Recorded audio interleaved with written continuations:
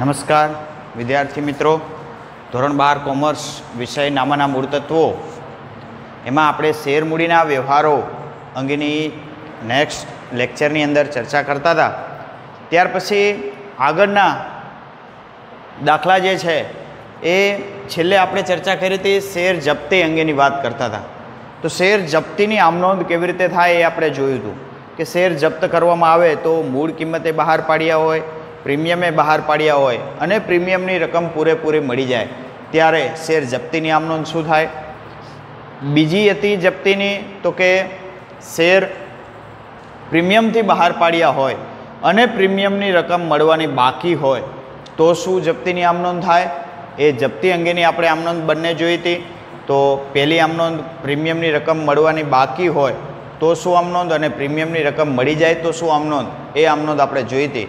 એમાં મળી જાય ત્યારે પહેલી આમનોંધ લખી હતી શેર મૂડી ખાતે ઉધાર, તે શેર જપ્તી ખાતે, તે શેર મંજૂરી ખાતે અને તે શેરના બાકી હપ્તા ખાતે. આ રીતે આપણે આમનોંધ કરી હતી. જ્યારે પ્રીમિયમની રકમ મળવાની બાકી હોય ત્યારે શું આમનોંધ કરવાની હતી તો એ આમનોંધ આપણે જોઈ હતી. તો એમાં માત્ર ને માત્ર જામીનગીરી પ્રીમિયમ ખાતું એ ઉધાર કરવાનું છે. તો એની બીજી આમનોંધ શું થતી હતી તો કે પ્રીમિયમની રકમ મળવાની બાકી હોય ત્યારે જપ્તીની નોંધ. તો શેર મૂડી ખાતે ઉધાર, જામીનગીરી પ્રીમિયમ ખાતે ઉધાર, તે શેર જપ્તી ખાતે, તે ઇક્વિટી શેર મંજૂરી ખાતે અને તે મળવાના બાકી હપ્તા અથવા બાકી હપ્તા ખાતે અથવા આખરી હપ્તા ખાતે. જે રકમ નથી મળી એની વાત છે. જે મળી છે એ જપ્તી ખાતે અને જે નથી મળી એ બાકી હપ્તા ખાતે. બરાબર. તો હવે જપ્ત કરેલા શેર જ્યારે ફરીથી બહાર પાડે છે ત્યારે એની આમનોંધ શું થશે એની આપણે ચર્ચા કરવાની છે કે ભાઈ જપ્ત કરેલા શેર જ્યારે ફરીથી બહાર પાડવામાં આવે તો એની આમનોંધ શું થાય. તો એની 3 પ્રકારે જપ્ત કરેલા શેર બહાર પાડી શકાય છે. તો એમાં આપણે અહીંયા ગણતરી કરી આમનોંધ લખવાની છે કે જપ્ત થયેલા શેર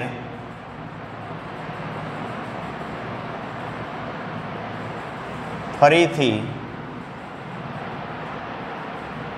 બહાર પાડવામાં આવે ત્યારે. જપ્ત થયેલા શેર ફરીથી જ્યારે બહાર પાડવામાં આવે છે ત્યારે શું આમનોંધ થશે. તો ફરીથી બહાર પાડવા એમાં 3 સંજોગો છે. નંબર 1, જપ્ત થયેલા શેર મૂળ કિંમતે બહાર પાડે ત્યારે. જપ્ત થયેલા શેર મૂળ કિંમતે બહાર પાડે ત્યારે. હવે જ્યારે કંપની જે શેર જપ્ત કરે છે એ શેર જો મૂળ કિંમતે બહાર પાડતી હોય તો એની શું આમનોંધ થાય. તો મૂળ કિંમતે બહાર પાડે ત્યારે એની એક જ આમનોંધ થાય કે બેંક ખાતે ઉધાર, તે ઇક્વિટી શેર મૂડી ખાતે જમા. મૂળ કિંમતે જ્યારે બહાર પાડે છે ત્યારે એની આમનોંધ બેંક ખાતે ઉધાર, તે ઇક્વિટી શેર મૂડી ખાતે. એટલે બેંક ખાતે એ બહાર પાડે છે એટલે એટલી ઇક્વિટી શેર મૂડી થઈ જાય છે. બરાબર.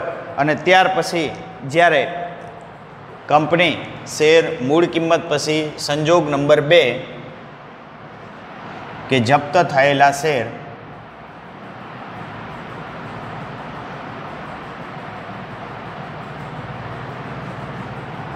પ્રીમિયમથી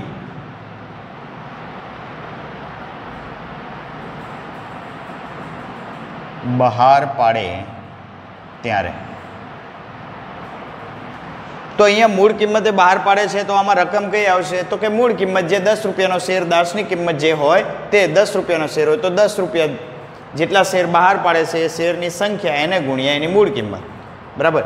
હવે પ્રીમિયમથી બહાર પાડે છે તો પ્રીમિયમથી બહાર પાડે ત્યારે એની આમનોંધ શું થાય. તો આપણે જે અગાઉ કરતા હતા એમ જ કે બેંક ખાતે ઉધાર, તે ઇક્વિટી શેર મૂડી ખાતે અને તે આમાં પ્રીમિયમથી બહાર પાડે છે એટલે શું વધશે? જામીનગીરી પ્રીમિયમ ખાતું જમા થશે તે જામીનગીરી પ્રીમિયમ ખાતે. રકમ કઈ? તો કે બેંક ખાતે ઉધાર પ્રીમિયમ સહિતની રકમ, પછી શેર મૂડી ખાતે એની મૂળ કિંમત, અને પ્રીમિયમ ખાતે જેટલું પ્રીમિયમ હોય એ પ્રીમિયમની રકમ. અને ત્રીજો સંજોગ આવે છે. પહેલો સંજોગ હતો જપ્ત થયેલા શેર મૂળ કિંમતે બહાર પાડે, બીજો સંજોગ હતો જપ્ત થયેલા શેર પ્રીમિયમથી બહાર પાડે, અને ત્રીજો સંજોગ છે જપ્ત થયેલા શેર વટાવથી બહાર પાડવામાં આવે ત્યારે. જપ્ત થયેલા શેર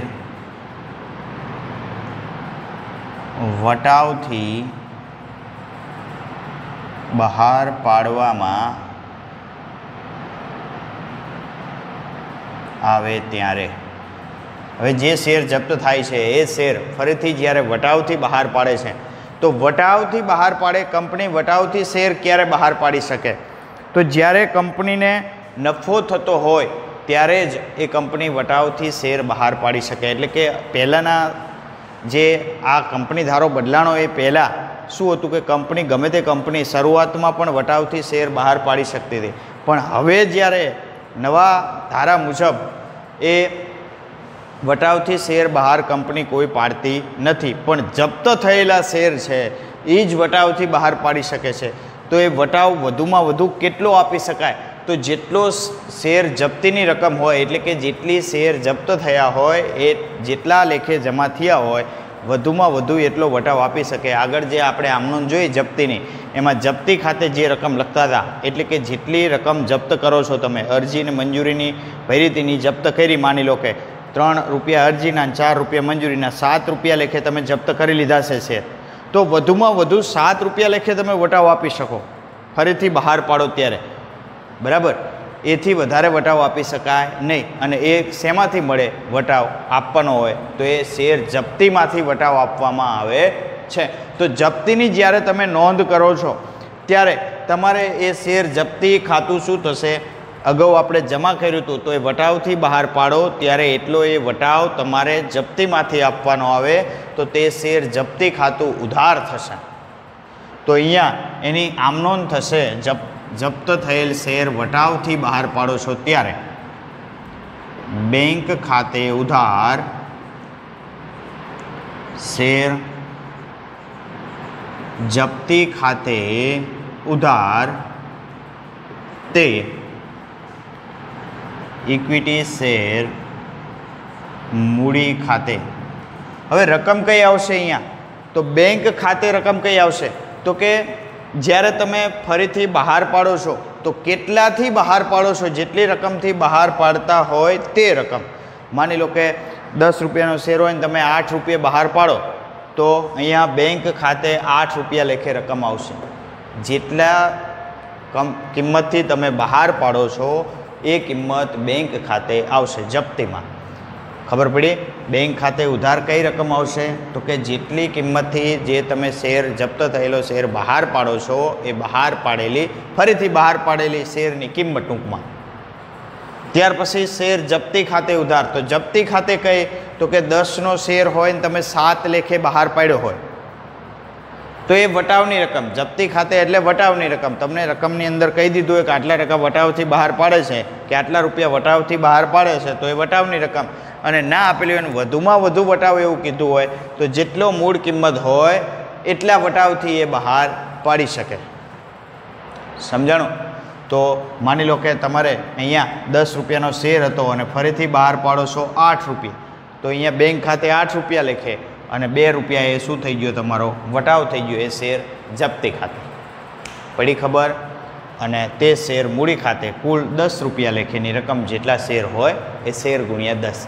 તો આ રીતે ત્રણેય સંજોગોની અંદર અલગ અલગ આમનોંધ જોવા મળે છે. જ્યારે તે શેર મૂળ કિંમતે બહાર પાડે છે, બીજું છે શેર પ્રીમિયમે બહાર પાડે છે, અને ત્રીજું છે એ શેર વટાવથી બહાર પાડે છે. અને જ્યારે શેર જપ્તીની બાકી વધે છે તો એ શેર જપ્તીની બાકી અંગે એ નોંધ મૂડી અનામત ખાતે લઈ જવામાં આવે છે। આ ત્રણે ત્રણ માની લો કે તમે વટાવથી બહાર પાડ્યા છે કે પ્રીમિયમથી બહાર પાડ્યા છે કે મૂળ કિંમતે બહાર પાડ્યા છે અને જપ્ત થયેલા શેર એ શેર જપ્તી ખાતાની જે બાકી વધશે, તમે અહીંયા વટાવથી શેર જપ્ત કર્યા તો મૂળ કિંમતે બહાર પાડો છો તો જપ્તી ખાતાની પૂરેપૂરી બાકી વધવાની, વટાવથી બહાર પાડો તો આમાંથી વટાવ જપ્તી ખાતામાંથી બાદ થઈ જવાનો, એટલે જે જપ્તી ખાતાની બાકી વધે છે એની છેલ્લે આમ નોંધ કરવાની આવે। જપ્તી ખાતાની બાકી અંગેની નોંધ। હવે જપ્તી ખાતાની બાકી અંગેની નોંધ જે છે એ મૂડી અનામત ખાતે લઈ જવામાં આવે છે, પણ એની આમ નોંધ શું થાય તો કે શેની નોંધ મૂડી અનામત ખાતે તમે લઈ જાઓ છો તો કે શેર જપ્તી ખાતાની। તો શેર જપ્તી ખાતે ઉધાર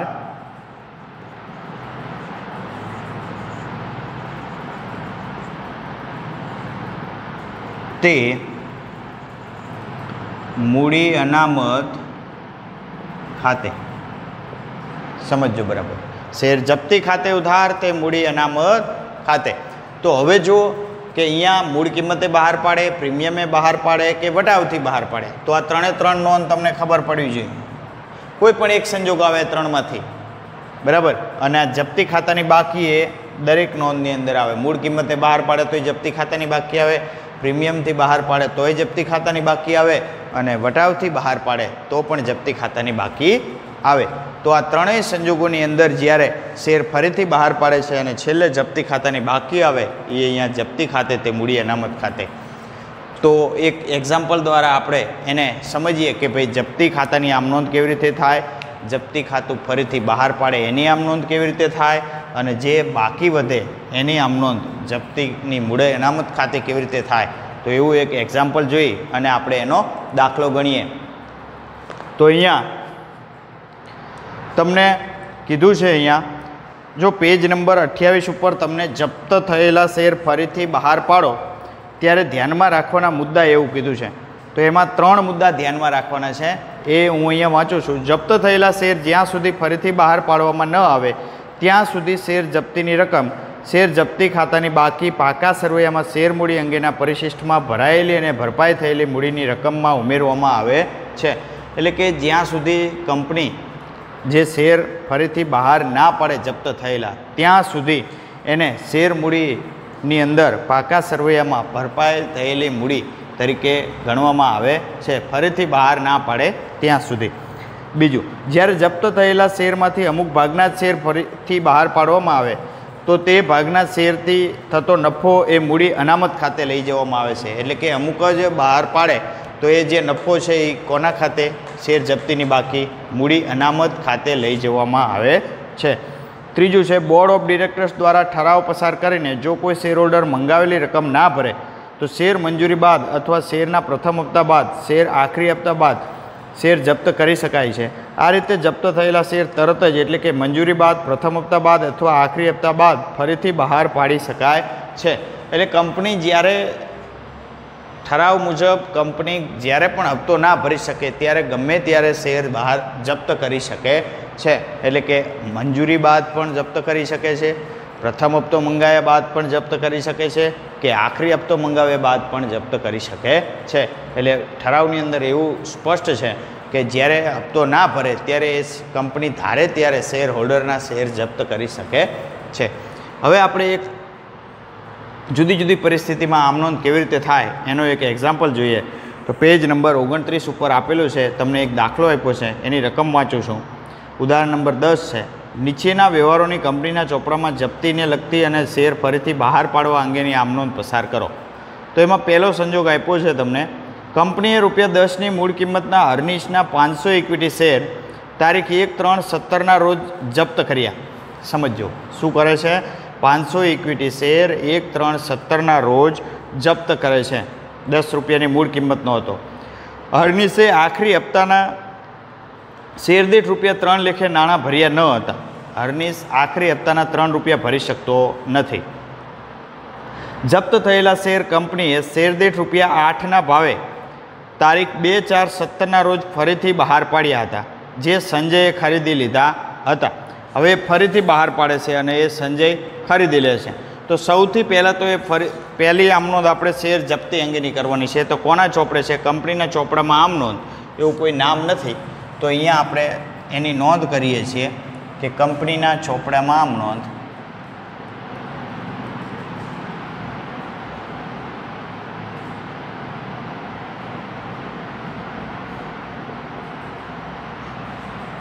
એમાં તારીખ, વિગત,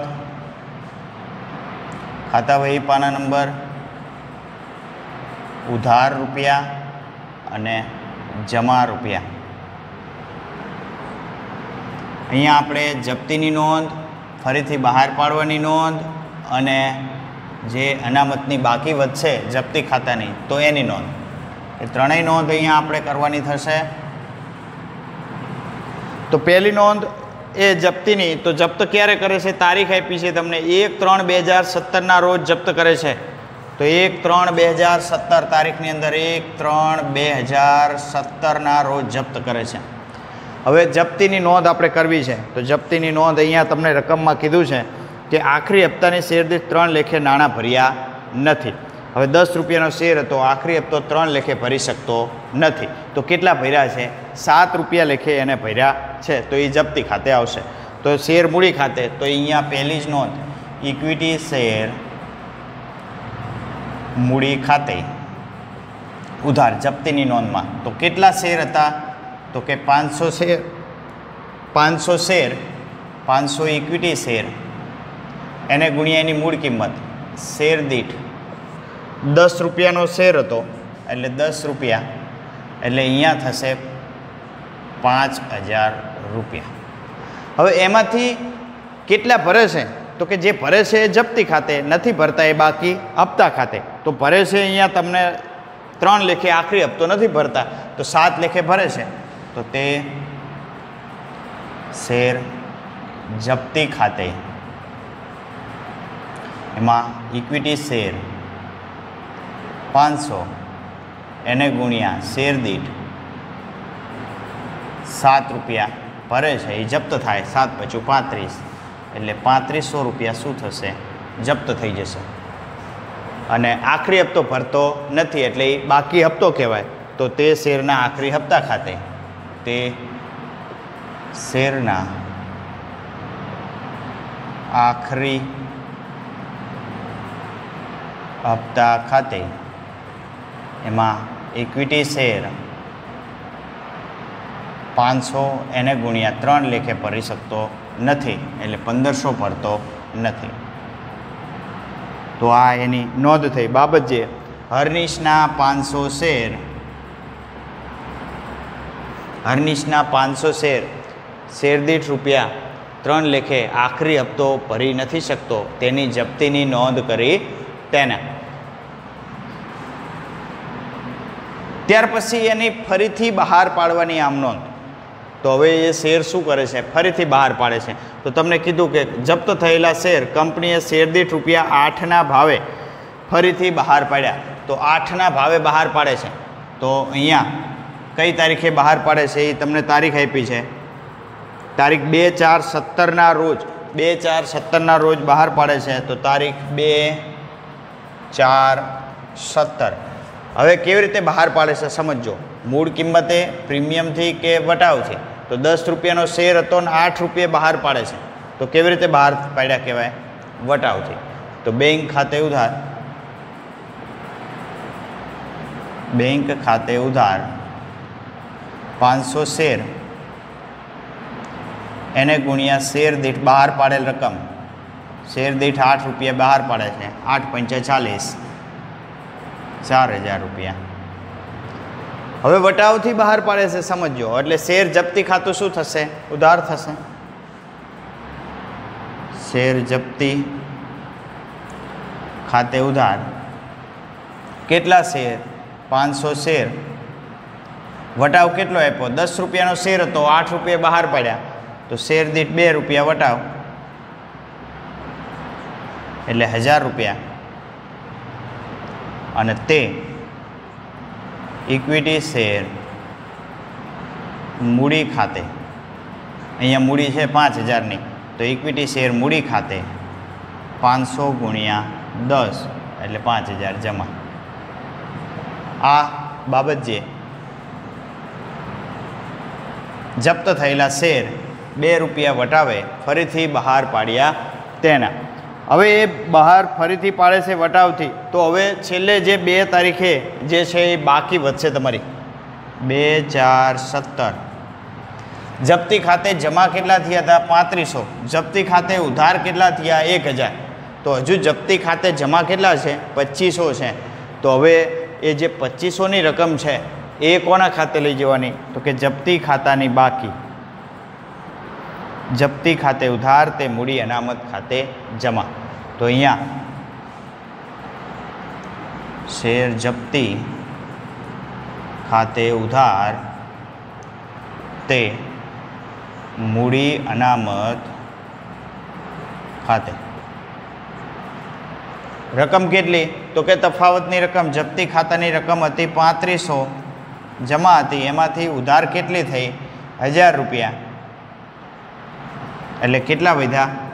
તો કે 2500 રૂપિયા. 2500 બાબત જે જપ્તી ખાતાની બાકી મૂડી અનામત ખાતે લઈ ગયા તેના, અને છેલ્લે સરવાળો કરી દેવાનો. તો આ વાત હતી શેર જપ્તીની નોંધની, ફરીથી બહાર પાડવાની આમ નોંધ, અને જપ્તી ખાતાની જે બાકી વધે છે એની આમ નોંધ. તો આ રીતે મિત્રો જપ્તી અંગેની નોંધની આમ નોંધ થાય છે. તો દાખલાની અંદર જ્યારે 8 માર્કનો દાખલો આવશે ત્યારે એમાંથી કોઈના શેર, કોઈ શેર હોલ્ડર આપેલા હશે, મળવાના બાકી હપ્તા હશે, અને છેલ્લે તમને કીધું હશે કે ભાઈ એ આખરી હપ્તો ન ભરતા તેના શેર જપ્ત કરવામાં આવશે. તો એ જપ્ત કરવામાં આવે ત્યારે આ જપ્તીની નોંધ કરવાની. એ જપ્ત કરેલા શેર એમ કે ફરીથી આટલા લેખે બહાર પાડ્યા તો ફરીથી બહાર પાડવાની નોંધ કરવાની, અને એમ કે બાકી કેટલી અનામત મૂડી અનામત ખાતે લઈ જવાની, તો એ બાકી મૂડી અનામત ખાતે લઈ જવાની. તો આ રીતે જપ્તી ખાતાની આમ નોંધ થાય છે મિત્રો. તો હવે નેક્સ્ટ લેક્ચરની અંદર આપણે જે જપ્તી અંગેના દાખલા છે, વધારાના એક્સ્ટ્રા પ્રીમિયમ સહિતની જપ્તી હોય, પ્રીમિયમ ના હોય ત્યારે શું જપ્તીની નોંધ થાય, એ બધી નોંધ આપણે નેક્સ્ટ લેક્ચરની અંદર ભણીશું.